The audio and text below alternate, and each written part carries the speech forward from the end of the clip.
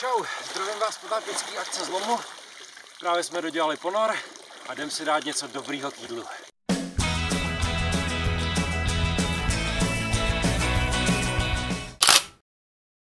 Vylez jsem z vody, mám hlad. Před pár dílama jsme dělali Meal Ready to Eat nebo Army Meal vojenský jídlo sušený v sáčku. Dneska si dáme opravdový mokrý jídlo.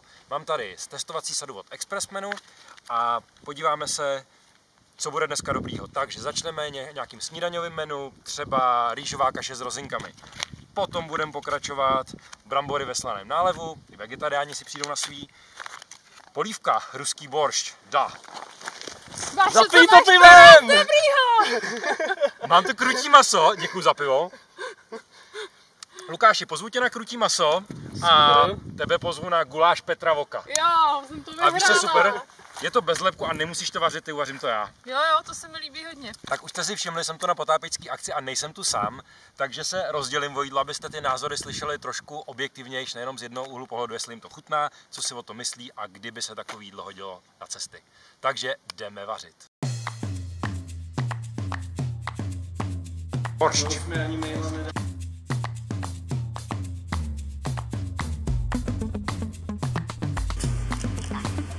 To voní, je to bez lepku, chápete to? A bez konzervantů, vůbec nevím, jak to dělají, ale je to dobrý. Boršč je ohřátej, porce pro 2 osoby, jdem na to. Máš šmak. Máš šmak? Podle věče. Špatný to není, ale na to prase se těším víc. Prase je prase, tohle je boršč. Bez chuti? Dobře, jdeme dál. Tak boršč já miluju. Vzal by si to po potápění jako oběd. Tak, boršč jsme zhodnotili, jdeme si dát něco dalšího. Guláš Petra Voka, tentokrát 1 porce zbyde i na Láďu. Doufám. Petra Voka poprvé.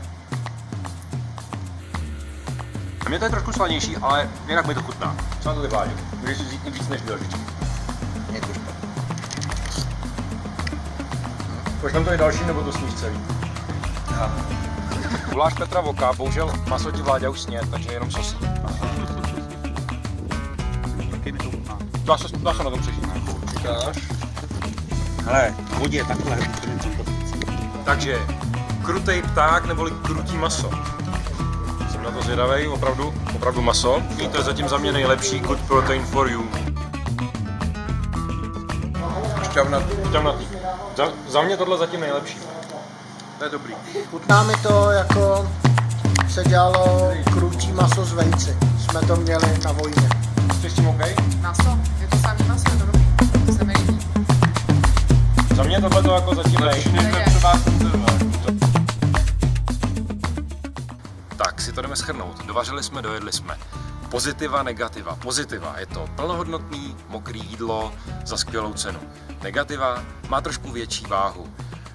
Kam bych se ho vzal na cesty? Určitě bych se ho vzal na vodu, když někam pojedu na vejlet na motorce, kde bych ji měl.